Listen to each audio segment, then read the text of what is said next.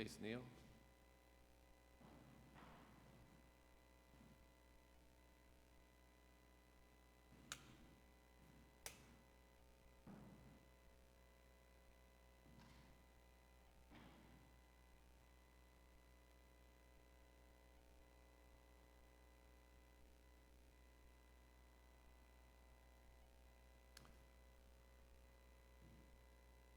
Please turn to the inside back cover of your Missa Lent, if you will, and sing with me, Salutaris.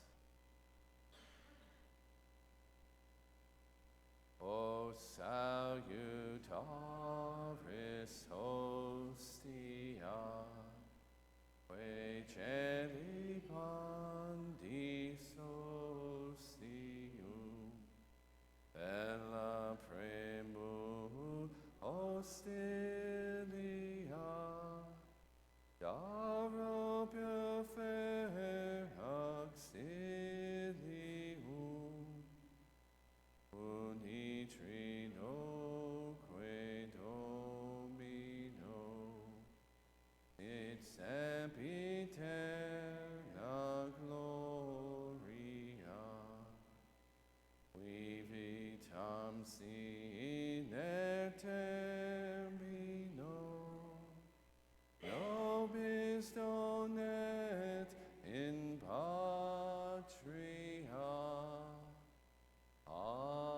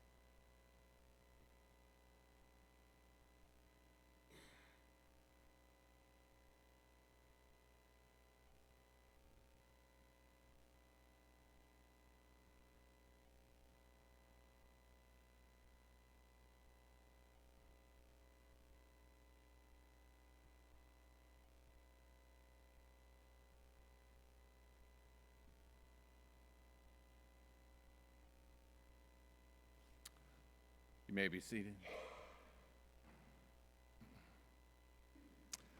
Welcome back to day 2. And if this is your first night, if you weren't able to make it last night, you missed out because there was a lot there and it was awesome. Wow, okay. It was awesome. It was awesome. It was great. And I'm sure it'll be just as awesome tonight. Dr. Luke, where is he? There. Oh, you're blending in there.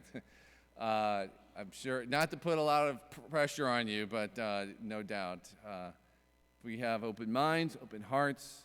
We're going to let him speak, and God speaking through him for us, for our benefit tonight. So, like we did last night, afterwards, we will have confessions.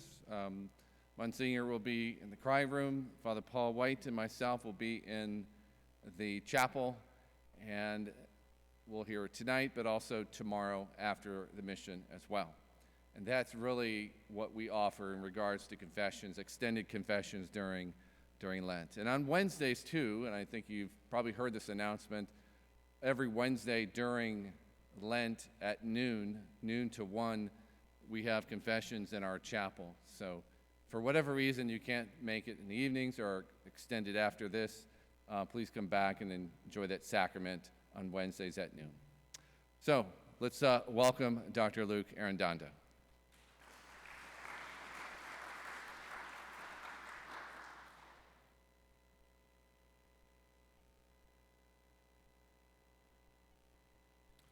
Thank you, Father John, for welcoming me back. I had to talk with him last night to make sure I was still on for night 2, so thank you all for coming back. I do want to also just make a plea for you, for you, if you're in any need at all of going to confession, to take advantage of this the offering of your priests to be here, these 3 evenings during the week. That's more important than anything that you might learn from my paltry presentations that I'm offering. To have that encounter with Christ. In the 24th chapter of the book of Exodus, after the crossing of the Red Sea, Moses goes up on the mountain and he receives the covenant, and then he comes down and he's reading it to the people, to the Israelites. I'll just read the brief response here. He reads the entire law, which I'm sure took quite a while, but it sounds like it happened just all in one marathon. And after they've heard the law, the people give this response, and it's relevant to confession. So he's read the entire law. Moses came and told the people all the words of the Lord and all of the ordinances, and all the people answered with one voice and said, "All the words which the Lord has spoken we will do." So then Moses writes the laws, writes the words of the covenant, and they go to the mountain to sacrifice. And he says again, it says again, he took the blood of the covenant, the book of the covenant, and he read it again in the hearing of the people, and they said again, "All that the Lord has spoken we will do, and we will be obedient." And then Moses takes the blood of the animals that they had sacrificed and throws it on the people and says, "Behold," listen to these words, "the blood of the covenant which the Lord has made with you in accordance with all these words." Very similar to the Eucharistic prayer, right? These are the words that Moses uses to seal the covenant of Sinai. My point here with connection to confession is, the Israelites had just heard all of these inspiring things about how they are to live, and they say, "Yeah, we're going to do it. We promise. Well, all the words that you have spoken and the Lord has spoken, we will do them." And then, they don't. And it's a very, dramatic story of their sins and their failings. The difference that we have when we're not faithful to the covenant, that we've all said yes to at our baptism, at receiving the Eucharist and receiving the sacraments, we say yes to that covenant. The difference is when we fail, it's very easy comparatively for us to fix that situation because we have this tremendous gift of the sacrament of reconciliation. So if you have any faint inkling that you might need to go to confession, please take advantage of that, and it will be worth much more than all of the words that I'll be able to offer during this mission.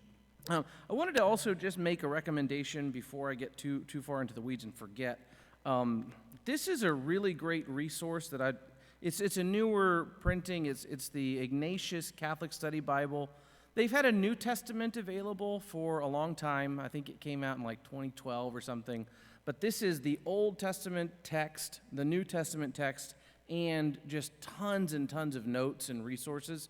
So if you have some interest that you'd like to be able to understand the scriptures a little bit better, and you like to read, there's a lot of other videos and other sorts of media that you could use to kind of approach the scriptures. But if you just want something to read and it's a single volume, I can't recommend this highly enough. It's also, I think it's about 8 or 9 pounds. So if you want to kind of combine your exercises with it, it's helpful. I lug it around, and I've already lost 3 pounds. So still got plenty left to lose, but it's a very, very excellent resource that again, I can't recommend highly enough. So, all right, go to confession if you need to go to confession. I made my first confession in my life in this diocese when I was in college at FSU. So this when I think of confession, I think of this diocese. It's just very, very special for me. So just please do that. All right, now, we spoke about Moses' exodus, right, at pretty good length last night. Today, I want to talk about the prophet Isaiah. And just to give you a couple of, thoughts about Isaiah, where he fits in. In any canon of the scriptures, Isaiah is the first of the major prophets. He's the first and considered the chief prophet. He wrote, it's a 66-chapter book. It's very long and very rich, dense. But it's not just great prophecy. In other words, it's not just, there are some predictions about things that are going to happen later. Although, of course, as a prophet, he does have his moments where he does that. It's also a meditation on the mystery of salvation. There's a mystical element to it, and it's got very rich theology. In fact, the church fathers said that we should consider Isaiah not merely a prophet, but an evangelist and an apostle, which is crazy because he was in the Old Testament, centuries before Christ. So St. Jerome and St. Augustine say we should consider him an evangelist. The book of Isaiah might be looked at as the fifth gospel, and that we should consider him not merely a prophet, which indeed he was, but also an apostle, right? Because he spoke to us so much of Christ our Lord and of salvation.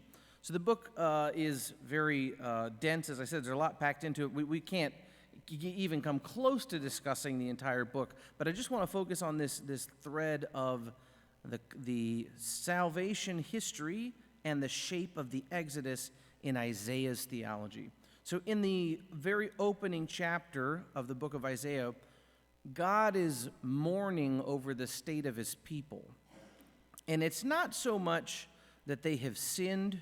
Of course, that is a part of the problem, but it's that they are breaking his covenant.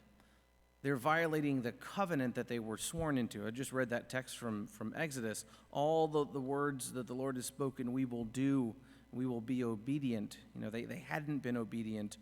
And so God is talking to Isaiah about the failings and the status of his people at this time.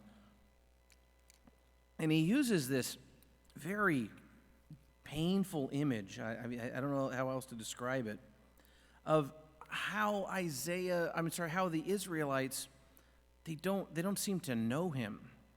Remember in the beginning of the book of Exodus, there was a new Pharaoh that the text says, the author says, this new Pharaoh did not know of Joseph.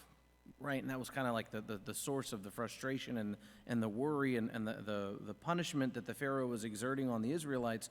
Well, here, God is saying that his people don't know him. So let's listen to this line. This is from Isaiah chapter 1, verses 2 to 3. Hear, O heavens, and give ear, O earth, for the Lord has spoken.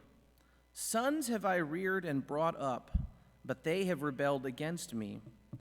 The ox knows its owner, and the donkey its master's crib. But then listen to this. But Israel does not know.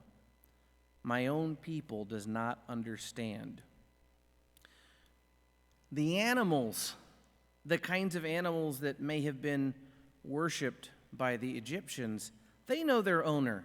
They know who takes care of them. Many of you have animals. They sort of get to know the people that they see frequently. We had chickens for a while in our backyard in Texas, and one of my daughters, Therese, she was like the chicken lady. I mean, she could go in there and walk around and do anything, and they just stayed out of her way, and they were very polite to her. If I had to go in because something was too heavy and she couldn't lift it, or something was messed up, I have to go help her. They would attack me and fight me. They didn't like me because they didn't know me. Here, God is saying to Isaiah, the ox knows its owner.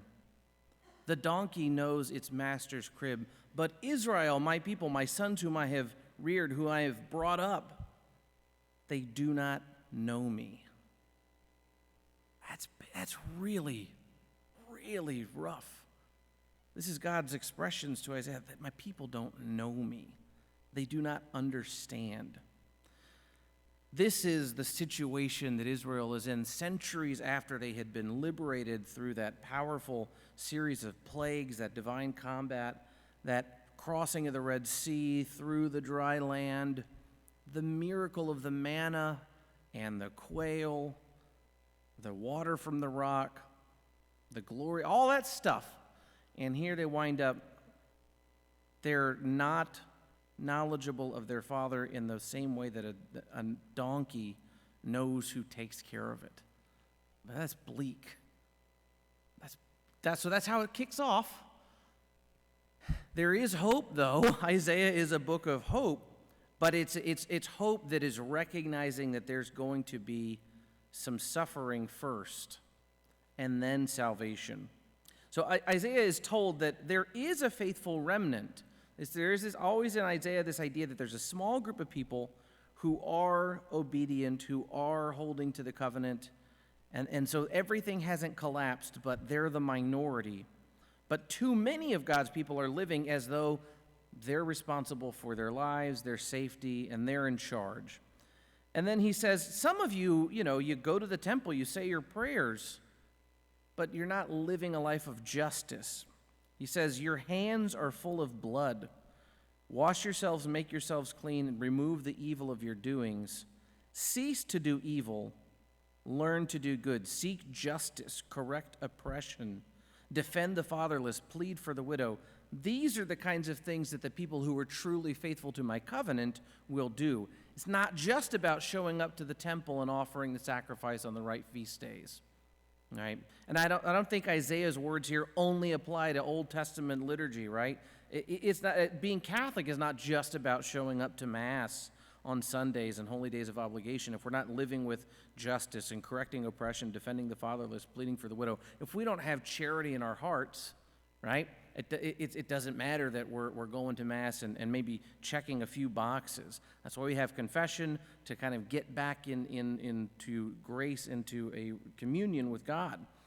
So this is the condition of the covenant, right, that was supposed to be, that had started in such a great way in Moses' time. It's really fallen into disrepair. And Isaiah sees the future where the covenant will be restored and where Jerusalem will be raised up. And in fact, he sees all of the nations coming to the mountain of Jerusalem to worship the Lord in true liturgy and true worship. So Isaiah is looking at a time where God says, the donkeys know their owner better than my people know me. But one day, everybody, all of the nations will recognize me and know who I am and worship here on this mountain in Jerusalem. And so there's tremendous hope at the same time as there is just a very difficult course ahead. It's like the beginning of a diet, right? So only, positive change is possible, right? A lot of good progress we can do, but it's a tough place to start. So here is, just briefly, the shape of Isaiah, so you kind of have a sense.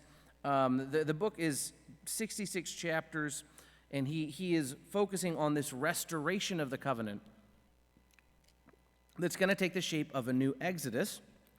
It's written it's broken down sort of into three phases, three parts of the book. So chapters 1 to 39 are prior to the exile. There's two exiles. The people are taken away from Jerusalem, and they suffer tremendously. So chapters 1 through 39 is Isaiah saying, this is coming. Here's what's going to happen. Here's the suffering you're going to endure. Chapters 40 to 55 are during and about the exile. So it's about the experience of being in exile, being away from Jerusalem. And remember, to be away from Jerusalem would have been away from the temple, which is the only place that they could worship, the only place that they could live out this one aspect of the covenant. It's as though they're going to have to remove themselves or be removed from the place where they can worship God in liturgy so that they can learn to live the covenant before they can come back and be at a place where they can again worship, right? And then chapters 56 to the end, the last 10 chapters, are written for the Jews who are returning from exile. So in the estimation of the people in Isaiah's time, they were in danger, but they didn't know they didn't know how to judge what was the biggest danger they were in. Isaiah is written when the kings of Israel and the tribes were divided, but they thought their big problem was political tyranny. The people were going to conquer them. And their real problem was not political, but spiritual. They weren't living in the covenant. And so we can see this sort of set up like the book of Exodus, right? You have God's people who are in danger of being oppressed by outside powerful political forces, right? In the book of Exodus, that's Pharaoh who doesn't know Joseph. In Isaiah, it is Assyria and Babylon and a host of other countries who are kind of on the horizon, closing in. And in both cases, God's people they got to get out of there, right? It's a little bit different context, though. For the Israelites, they're just trying to get out to get to freedom. The Israelites in Isaiah's time, they're going to be dragged away from home and then have this chance to come back. So their exodus is it's like two. They have to leave first and then come back. And in both cases, God wants to lead the Israelites to freedom and celebrate a covenant in Exodus, and renew the covenant in Isaiah. So it's all about getting back to a mountain to worship God, right? The mountain of Sinai in the book of Exodus, and for Isaiah, it is the mountain of Jerusalem, Mount Zion. And the way that the text of Isaiah describes the Israelites takes us back to the Exodus. But you have to be kind of reading a little bit beneath the lines, or a little bit underneath the surface. I don't know, beneath the lines doesn't make sense. A little bit underneath the surface to see this connection. So this is Isaiah chapter 2, verses 5 through 7. Listen to see if you catch a couple of words that kind of give us this echo of the Exodus. O house of Jacob, come, let us walk in the light of the Lord. For you have rejected your people, the house of Jacob, because they are full of soothsayers like the Philistines, and they strike hands with foreigners. Their land is filled with silver and gold, and there is no end to their treasures. Their land is filled with horses, and there is no end to their chariots. Their land is filled with idols. You notice anything there that after last night, we talked about the Exodus, might kind of leap out at you? Listen to the description of the land. It is filled with silver and gold. There is no end to their treasures. The land is filled with horses, and there is no end to their chariots. Their land is filled with idols. The silver and gold, the horses and chariots, and the idols. These are the things in the book of Exodus that describe what group of people? The Egyptians. The Egyptians had silver and gold until they were forced to give some of it up during the Exodus. Remember, the Israelites are fleeing, and Pharaoh says, give the people of Israel, give them your jewelry, get them out of here. Just, we want them to leave. And they had the horses and the chariots that were chasing after, and of course they had idols, right? So notice what's different here. This is God, through Isaiah, describing not the Egyptians or the enemies of God's people, but describing God's people. You're full of silver and gold and horses and chariots and idols. So here, the Israelites have become Egypt. They've become God's enemy somehow.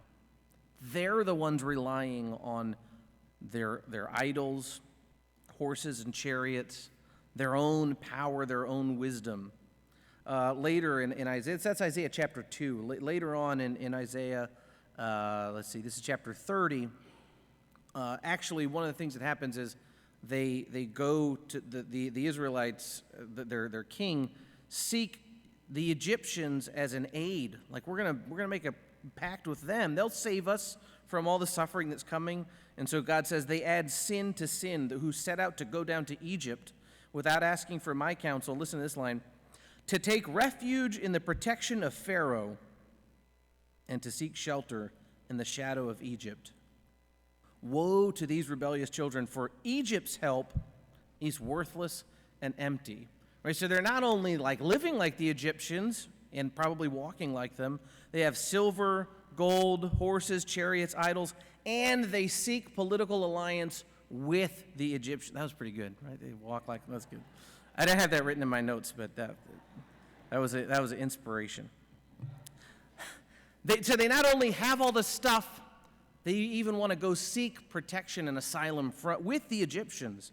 Later, God says, Isaiah 31, woe to those who go down to Egypt for help and rely on horses and who trust in chariots.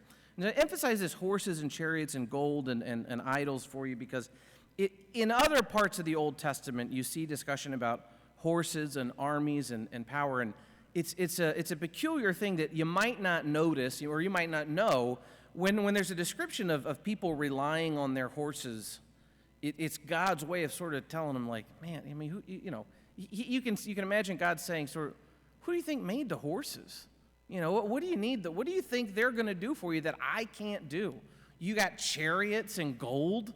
Like, I got the strong, mighty arm that can liberate you. Have you forgotten? So there's this just really, very poetic, but a real dig towards the Israelites that you have turned yourselves into Egypt. And so this is the problem, the situation that they're in. What's going to happen is Isaiah describes how they're going to be saved by a Messiah. And so it's the ministry of a Messiah that's ultimately going to set them free. And there's two levels to this. This is one of the things that's really important to understand about reading the Scriptures. Again, we talked about this unity between the Old and the New Testament, but there's also layers of fulfillment. So Isaiah is describing salvation that's going to happen kind of in the lifetime of the people that are reading his book. And that does happen, but the way that he describes that salvation is so powerful and deep that the church fathers will look at it and say, yeah, well, the ultimate way in which his salvation is going to work it out is obviously through Christ, right? That's the real Savior. That's the real salvation. That's that final exodus that's really going to happen. But there is an original exodus that we're referring to. Then there's the sort of the exodus of Isaiah. But all of that is bound up and kind of pointed toward the final exodus of Christ, which we'll talk about tomorrow. So in the story of Isaiah, right, this time, the Lord is going to make his presence known among the people of Israel. And he's going to do this, not with plagues this time, but there is something that we saw in the book of Exodus, and that's the cloud of glory, right? So the glory of the Lord, that expression, glory of the Lord, refers to the cloud that was leading the Egyptians, smoke by day and fire by night. And Isaiah prophesies a time when the holy remnant, that last little group, the faithful who are small in number, when they have survived this persecution and this exile, they're going to return home, and they're going to come to Zion, to Jerusalem, and the Lord will wash his people clean and assemble them at Mount Zion. And this is the description that we give of what that's going to look like. So this is Isaiah chapter 4. Now, notice, I just said this is describing those people who are going to survive the exile and come back, but it's chapter 4. So this is one of the weird things about Isaiah is he's kind of, there's 2 or 3 steps forward and then like 9 steps back, and then he leaps. His timeline's very erratic. Like, listen to me. You never know where he's going. And eventually, you hope it kind of lands, but it's a little wild. So this is Isaiah 4.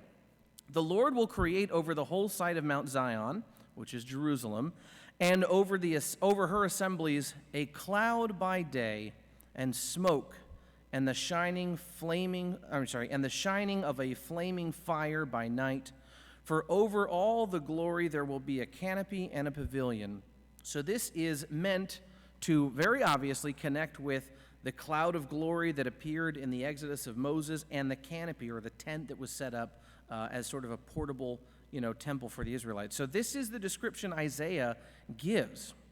Now, as I mentioned, just a second ago, Isaiah jumps from the future to the present to the past, and it's kind of all over the place.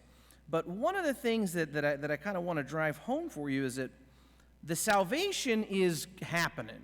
It's coming. Isaiah's confident. He can't get the people to believe him, but God wants to save his people. But there's going to be some suffering. They're going to have to account for not being faithful to the covenant. And there's this mystical thing where, just like in the Exodus, right, Pharaoh, he has a powerful and important role in that story, right? The liberation that the Israelites received is only as memorable and only as big of an example of God's care for his people because they had this strong enemy to overcome. He had all the horses and the chariots and the armies, and he had the power, but yet it's the small little group of the band of Israelites that ultimately win because God is acting on their behalf. So it's almost as though you need an enemy to conquer to show God's power. So Pharaoh has the power in the book of Exodus. In Isaiah's time, what you're going to see is that all of these political powers, especially Assyria and Babylon, they are threatening Israel. They're threatening Judah. And they are going to exact some punishment. But that punishment, the suffering, it's a consequence of their sins, of their infidelity, their rejection of the covenant. But when they're redeemed, it's going to show even more strongly that theirs is the true God. So it's very mystical. It's like they need this suffering to go through so that then they have the strong witness of God's saving power. So God is actually going to be and there's an evangelical witness to this too, right? That after the restoration, people will say that God was so powerful, he overcame the Assyrians and the Babylonians and rescued this little tribe, right? Whereas if they had just kind of never suffered, it wouldn't have the same effect. So God is going to let some suffering happen, and it's going to be real, but then in the end, you'll see Babylon and Assyria, they're really just sort of little tools that God is using to kind of correct his people's behavior. So Isaiah says, my people will go into exile for want of knowledge, and their men will be dying of hunger, and their multitude will be parched with thirst. And this is real. This is going to be serious and terrible suffering. As I mentioned, the tribes of Israel were, originally there was 12 of them. They were sort of all united. During Isaiah's time, they had kind of split. There was 10 in the north and 2 in the south. And first, the northern tribes were driven out by the Assyrian Empire. So they were dragged away. And then later, the tribes of Judah were taken captive by the Babylonians. And Isaiah sees in both cases a return to the land, right, back to the promised land, a reprieve from suffering, but also that this salvation would only happen after both of the tribes had gone through the pain and sorrow of leaving behind the promised land. Remember, they want to renew the covenant. Isaiah has this vision of the covenant being renewed and even being exalted, being increased, being better in some way than the first one, but it's going to be after the suffering. So Isaiah describes the suffering that God's people will face in terms that should remind us of, you want to guess what biblical episode they remind us of? Starts with E, rhymes with Exodus. This is the Exodus. It says, "O my people who dwell in Zion," which is Jerusalem, right? This is the promised land. "Be not afraid of the Assyrians when they strike with the rod and lift up their staff against you, as the Egyptians did." Right? So God's warnings, his descriptions, it's all just very rich, almost dripping with references to that original Exodus. So what's the sign? Well, there's a couple of signs, but at the beginning, and you know these verses, these chapters, I think, from Advent, from Christmas time, we're preparing for Christmas. There's the sign of the virgin who will give birth, and then the description of the son who is going to rule over his people. And it's packed, it's all kinds of stuff. There's a son born to a virgin, and it's not just a son, it's not just a ruler, but it's someone that's going to rule with true justice. Remember at the beginning, chapter 1, Isaiah is saying, yeah, you worship at the temple, but you don't, save the oppressed. You don't liberate those enslaved. You don't stand up for the fatherless, and you don't live with justice. But this ruler, born to a virgin, this Messiah figure, he will truly rule with justice. He's described in royal terms, that, mighty counselor, wonderful God, everlasting hero, the Prince of Peace. Those are terms that were used when you would enthrone a king in the ancient Near East. So other countries would say those things about their kings. Isaiah is saying them about their Messiah that is born of this virgin. So the Messiah is going to be a royal figure, and a royal figure in the line of who? Of David, right? I mentioned last time, just briefly, the Israelites kind of flourished under David, and then the temple was built with Solomon, and then it just tanked.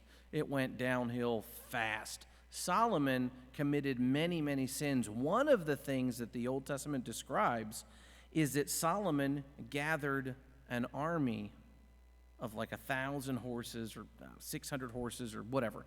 He's got too many horses, and I think if you just read that, you go, well, so what? You'd say, kings have horses, I guess, but it's evoking, even in the description of Solomon, like, oh, no, we're the people of Israel. We don't need horses because we have God to fight on our behalf. So you can see it, the subtext, even in describing Solomon. So anyways, David's, the flourishing of the Israelites, but then it fell apart. But now, this new Emmanuel, God with us, this son born to a virgin, he's described not just as a descendant of David, but as another David. Because where is he going to come from? He's going to come from the stump of Jesse, right? So Jesse was David's father. So this can be another David coming, as it were, from that stump, from Jesse himself. One of the interesting descriptions that I've run across looking at Isaiah, I've been trying to understand Isaiah for like 3 months now or 4 months, and I'm like, I kind of got it a little bit. One of the things that I see, though, is references to trees, oaks, stumps. There's a lot of tree imagery. It's very interesting. God, on the one hand, is going to cut down the cedars of Lebanon, right? He's going to demonstrate that he's more powerful than these famous, cedar trees that were famous at the time. Very, very powerful, big trees. He's going to chop those down, like no problem. But then this little beat-up stump of Jesse is somehow going to give us a new David who's going to rule with this kingly, messianic glory. So this is, in Isaiah 7 and 9, what's interesting is, I know I keep saying it's interesting, but it's really interesting. Isaiah's trying to show the king, hey, the Lord wants to save you. You don't have to make a deal with the Assyrians or the Egyptians or anybody else. The Lord wants to save you. What do you want for a sign?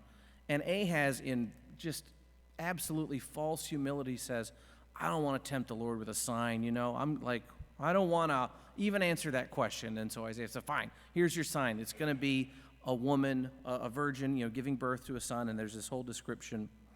So that's the person, that's the Messiah who is going to have that first layer of the fulfillment of Isaiah's prophecy, but then is clearly, the description given especially in Isaiah 9 and 11, right, of who this Messiah will be, this Emmanuel, clearly also points forward to a deeper fulfillment, something that we'll see in Christ's ministry, Christ as the ultimate Messiah here. But what is he supposed to do other than rule with justice? Well, one of the big things is to assemble the tribes, to reunite the tribes. So the Israelites had spread apart. There was the northern and the southern kingdoms, and now they're going to have a new David to reunite them all, and he is going to assemble the outcasts of Israel. We'll look at this description of the way that reunion is going to take shape, and I think you'll hear echoes of the Exodus, which I bet you were expecting, echoes of Harlem or something else, but this is the Exodus, okay? This is Isaiah 11, starting verse 15. The Lord will utterly destroy the tongue of the sea of Egypt and will wave his hand over the river with his scorching wind and strike it into 7 channels that men may cross dry shod. And there will be a highway from Assyria for the remnant which is left of his people, as there was for Israel when they came up from the land of Egypt. It's just super clear, really obvious. Crossing dry shod, the wind, the raising his hand, and the highway. That highway imagery is really, really important in Isaiah. And you see it in the description that's applied to John the Baptist in times of Advent. Make straight a highway, prepare a highway for the Lord. That who is the prophet that's doing that? Well, it's Isaiah that's saying we got to do this, but then it happens in the life of John the Baptist, right? So this is one of the themes that you'll see throughout the liturgical years, not just in Lent where you can think of Isaiah. Then later, this is Isaiah 27. In that day, a great trumpet will be blown, and those who were lost in the land of Assyria, so those who had gone to exile, those who were driven out to the land of Egypt, will come and worship the Lord on the holy mountain at Jerusalem. So some of the people that are sent out from Jerusalem, from the Holy Land, from the Promised Land, some of them wind up back in Egypt. It couldn't be any more obvious if you know this Exodus background, that this is a new Exodus. Chapter 43, Isaiah says, "The Lord who makes a way in the sea and a path in the mighty waters, who brings forth chariot and horse, army and warrior. They lie down, they cannot rise. They are extinguished, quenched like a wick." So this is God saving his people. Just like after he said they are settled in Egypt at the end of the book of Genesis, and then they're later driven out of Egypt, so now God's people have been forced somehow back into Egypt. And they're going to be delivered by the Messiah from Egypt again. And their return will be in the shape of a new Exodus. So in Moses' time, remember the people were led through the wilderness to the Red Sea, and then they get there, and Moses, parts the waters, and they walk through. What does Isaiah describe? It's practically the same thing. Isaiah 40. I know I'm reading a lot of Bible passages, but It's just, there's so many of them, all right? So Isaiah, if you're playing the at-home game, it's a lot. Isaiah chapter 40, verses 3 through 5. This is the description of this return. In the wilderness, that wilderness, where's the wilderness? That's the desert, right? That's where the Israelites were. In the wilderness, prepare the way of the Lord, make straight in the desert a highway for our God. Every valley shall be lifted up, and every mountain and hill made low. The uneven ground shall become level, and the rough places a plain. And the glory of the Lord, remember that glory of the Lord, shall be revealed, and all flesh shall see it together, for the mouth of the Lord has spoken. Right? That's these words describing the salvation and the Messiah, and they're also beautifully sung in Handel's Messiah. It's my favorite text from the Messiah. So during this journey, right, what are they going to eat? Well, in the book of Exodus, they had water from the rock and water in the desert miraculously showing up for them. What do you think is going to happen in Isaiah? Yeah, In-N-Out Burger in the desert. No, it's the same. It's the same sort of description, right? So in Isaiah 43, it says, "I'll make a way in the wilderness." The way in the wilderness, big theme. And rivers in the desert, for I give water in the wilderness. I give rivers in the desert to give drink to my chosen people, the people who I formed for myself, that they might declare my praise. There's another fascinating note that what I did not recognize when I first started working on this stuff a few months ago. It's that after the Israelites go into the desert in the book of Exodus, chapter 17, there's a little paradise, like a new garden. It's described. I have the verses written down. If you want to look at it, and if you don't want to look at it, I still have them written down. Let's see. It's just Exodus 17. That's the chapter. So that chapter describes a sort of a paradise in the desert, this vegetation that is obviously evoking a new garden, right? Adam and Eve were in the garden, so here they've just been saved and they're going to be in a garden. Well, Isaiah describes the same thing. He's making this way in the wilderness, pools of water, and the dry lands will turn into springs of water. And then it says, I will put in the wilderness the cedar, the acacia, the myrtle, the olive. I will set in the desert the cypress, the plane, and the pine together, that men may see and know and may consider and understand together that the hand of the Lord has done this. The Holy One of Israel has created it. So there's this connection with the Exodus, that, was the whole point of these 3 days, and, right, bringing us back to the garden. Right? We're again in a garden. And where is salvation going to take place? It's going to take place in a garden, right? So all of these things are it's a rich tapestry when you look at sort of the way that the scriptures are connected. But the most prominent thing about Isaiah in terms of the way that the church relies on this prophet's text is the descriptions of the suffering of the Messiah. All right, and there's actually several different ones. I think there's four servant songs in the last 10 or 12 chapters or so of the book of Isaiah. But it's that Isaiah 53. And I'll write that down. Isaiah 53. If you're not familiar with that text, it describes this servant, this mysterious servant whose identity is a little obscure, especially in the Old Testament, especially for the Israelites, who is going to be exalted and lifted up in some sort of way. He will not seem like a normal king, even though he will be. He's going to be rejected and despised. But the most curious thing is that he will take on our infirmities, our diseases, our transgressions, our iniquities, and we will be healed by his suffering. The Messiah is going to do all of this, but we're the ones that are going to be healed. He doesn't have sins. He will suffer for us, and then we'll be healed somehow through his suffering. And very beautifully, Isaiah describes it, he will not resist the suffering that is going to come to him. He will be led like a lamb silently to the slaughter. And while he is suffering, during this painful experience, Isaiah, again, this is, several hundred years before Jesus' passion, it says he will intercede for those transgressors. And that description of the suffering servant in Isaiah 53, the church reads, this is why Origen or Jerome and Augustine would say, here is Isaiah the evangelist, Isaiah the apostle, telling us the gospel of this man who will be a king, who will suffer for us, but will be rejected and buried in a stranger's grave, and intercede for transgressors, and will be led silently. I mean, this is almost too obviously about Jesus to the church fathers. Like, it just screams like, oh, this is a description of the passion. But it was written, 700 years or 600 years before Christ's passion. The Catechism actually speaks about this, and it's very, very poignant.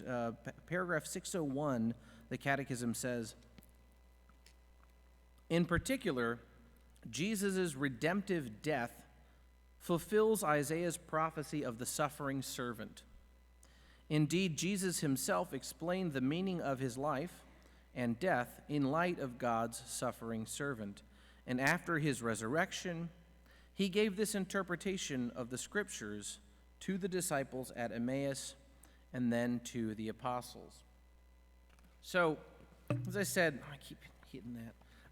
As I said, the book of Isaiah it's huge. There are a lot of things going on.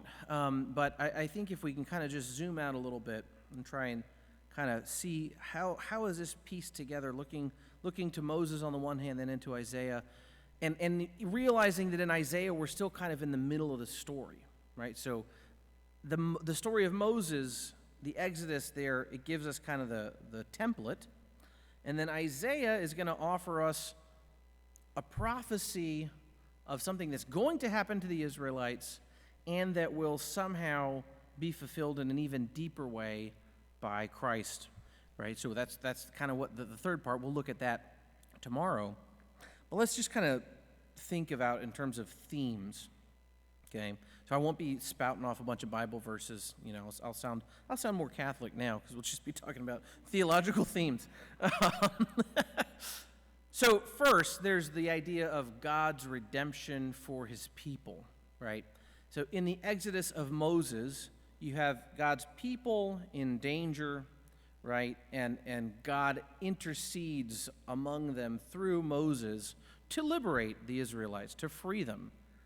In Isaiah's time, you have God's people, the Israelites, those same people that have already been redeemed, but they're in trouble again, and this time they're going to be in exile, but they will be redeemed from that exile and brought back through into the promised land in words that look so much like the original Exodus.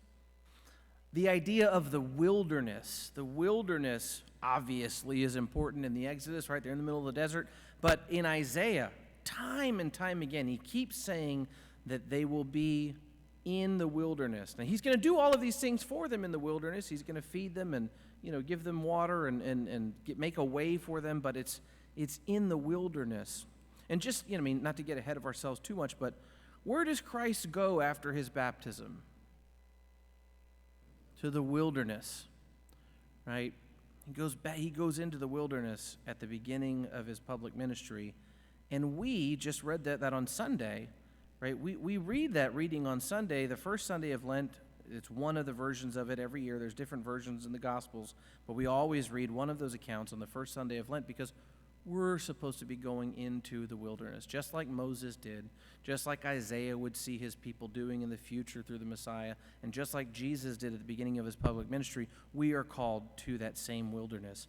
Now, in the wilderness, there is, the desert, but then at the end of their journey through the wilderness, they go through water, right? For Moses, the Red Sea, it's miraculously parted, of course, we remember that. Isaiah shows the same thing is going to happen in the return from the exile to Assyria and to Babylon. They are going to make a way through the waters, and the wind is going to be there. God's hand will part the waters, not just Moses, right? God will do this, and the enemy's horses and chariots will drown again. Just as there was smoke and fire in the book of Exodus, the column of fire and the smoke that led the Israelites, and then it also kept them safe from the Egyptians, so too Isaiah tells us in chapter 4 that the Lord is going to be with the people. They will see his presence in the form of smoke by day and fire by night. Now, during their journey in the desert, there was miraculous water given at Meribah and Massah in the book of Exodus, and water will be provided in the wilderness. And there's also a paradise, just as there was in Exodus chapter 17. Who is the one that is fighting for the Israelites? Who's doing the fighting? The Israelites don't have an army. They don't have any horses or chariots, right? I mean, in Isaiah's time, they're kind of relying on them a little bit, but when you get really to who is Israel truly, they're not the fighters. They're not the warriors. The Lord, the strong hand of the Lord functions as the warrior of the Israelites. You see this very clearly in the book of Exodus. And then Isaiah uses the same image about the hand of the Lord saving the people. After the liberation that the Israelites received in Exodus through Moses, there's the celebration of a covenant at Sinai. It's Exodus 24, that text I read to you, that here is the blood of the covenant which the Lord has made with you, right? Words that are used at the Last Supper, very similar words.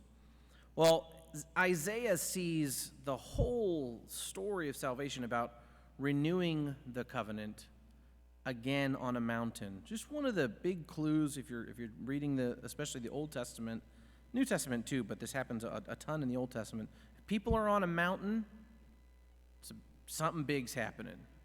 People are at a mountain, something very important's happening. And if there's a well, that's also an important place.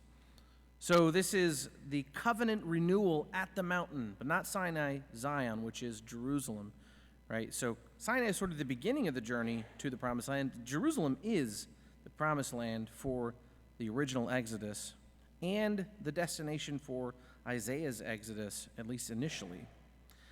There's also songs. I mentioned, last time that after they crossed the Red Sea, there's a whole beautiful song and outpouring in Exodus 16, Moses' triumph over Pharaoh. It's a beautiful poetic description of the Exodus. Well, there's hymns of rejoicing also in the book of Isaiah. You see this in chapter 12 and 40, and the Holy, Holy, Holy in Isaiah 6.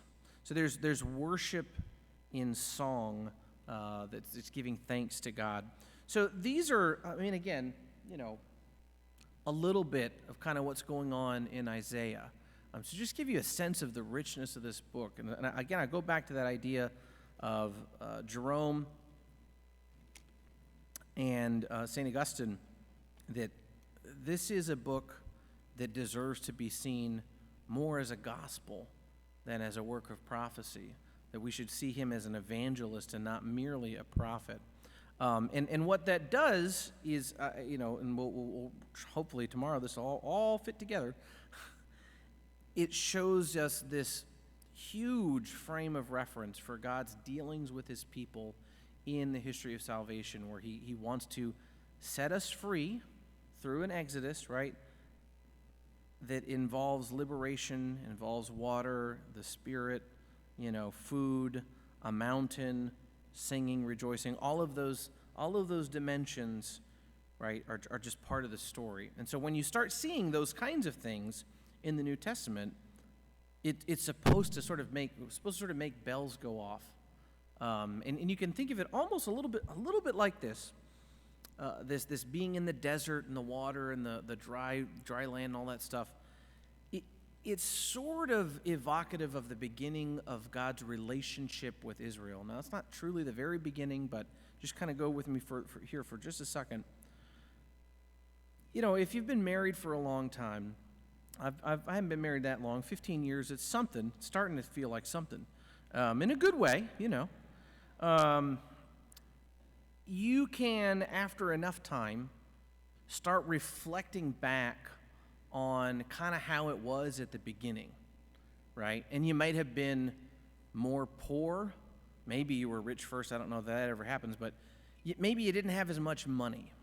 Your jobs weren't as fulfilling or weren't as important, or maybe, you couldn't even find a job. Whatever it was that's the start of the relationship, the crappy apartment, the cheap food, the long hours, and you had nothing, but you had each other, and that was all you needed, right? That kind of like sweet memory you can conjure on an anniversary or when something really, beautiful happens. You have that little bit of this just little glimpse of something, and it just somehow takes you back to, that's what this is all about.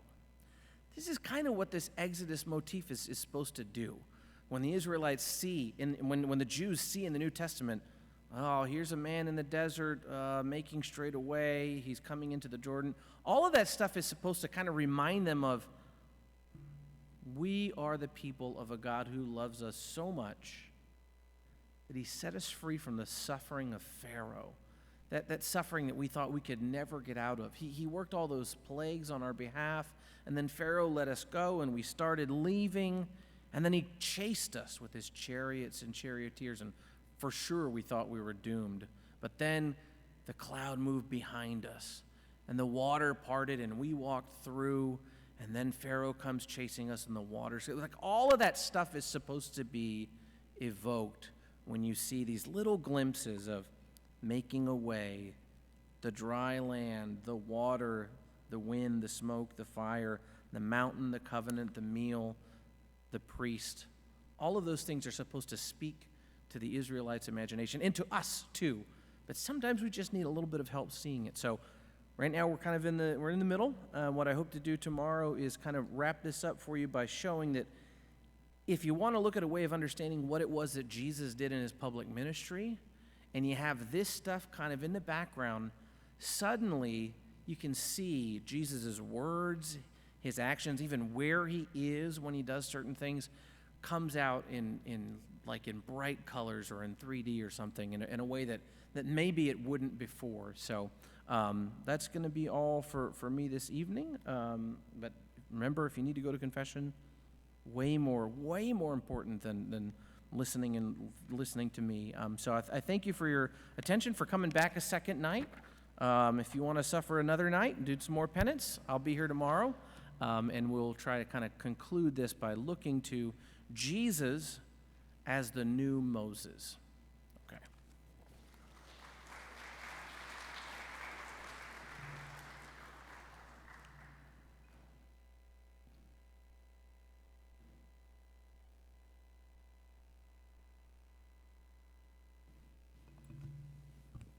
Feel like I should get some college credit or something for that. That was like, I was like, where's my pen and papers and my notes? I was like, wow. Very, very, very, very good. Thank you so much. You've given us a lot to chew on and to think about for sure. And I'm so glad that this is happening at the beginning of Lent, not like halfway through or close to the end. Or last year we had a nice Holy Week mission with Monsignor Basso.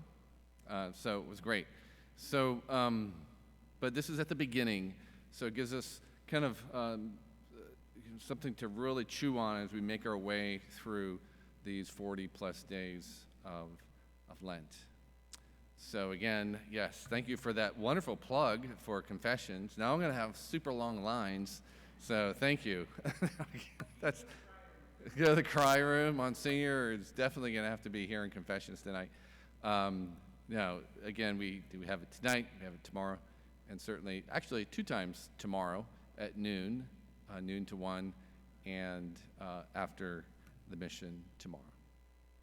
So open your back of your missalettes. Let's do our benediction.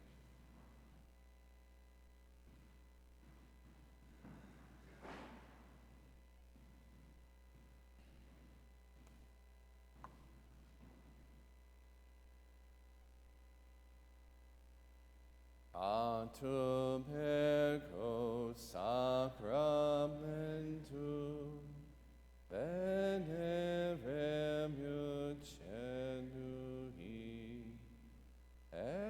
anticum documentum novo cedat ritui prestet vites supplementum sensum defectui genitori genitoque laus et jubilatio salus honor virtus quoque sit et benedictio procet enti abutroque comparsit laudatio. Amen. You have given them bread from heaven, having with it in all sweetness. O God, who in this wonderful sacrament have left us a memorial of your passion, grant us, we pray, so to revere the sacred mysteries of your body and blood, that we may always experience in ourselves the fruit of your redemption, who live and reign forever and ever. Amen. Blessed be God. Blessed be his holy name. Blessed be Jesus Christ, true God and true man. Blessed be the name of Jesus. Blessed be his most sacred heart. Blessed be his most precious blood. Blessed be Jesus in the most holy sacrament of the altar. Blessed be the Holy Spirit, the Paraclete. Blessed be the great Mother of God, Mary most holy. Blessed be her holy and immaculate conception. Blessed be her glorious assumption. Blessed be the name of Mary, Virgin and Mother. Blessed be Saint Joseph, her most chaste spouse. Blessed be God in his angels and in his saints.